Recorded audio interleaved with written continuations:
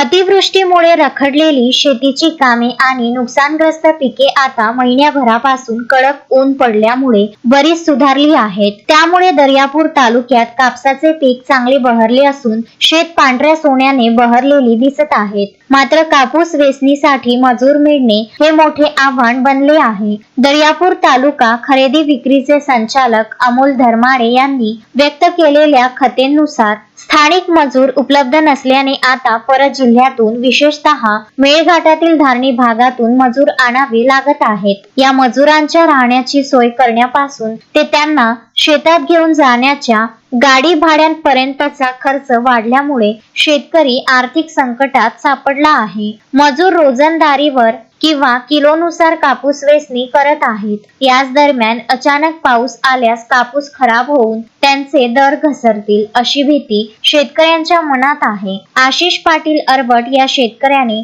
तोंडाशी आलेला घास परमेश्वराने घेऊ नये अशी भावना व्यक्त केली आहे। मजुरांची टंचाई आणि पावसाची भीती यामुळे कापूस उत्पादक शेतकरी सध्या चिंतेत आहेत। गजानन देशमुख, विदर्भ न्यूज, दर्यापूर।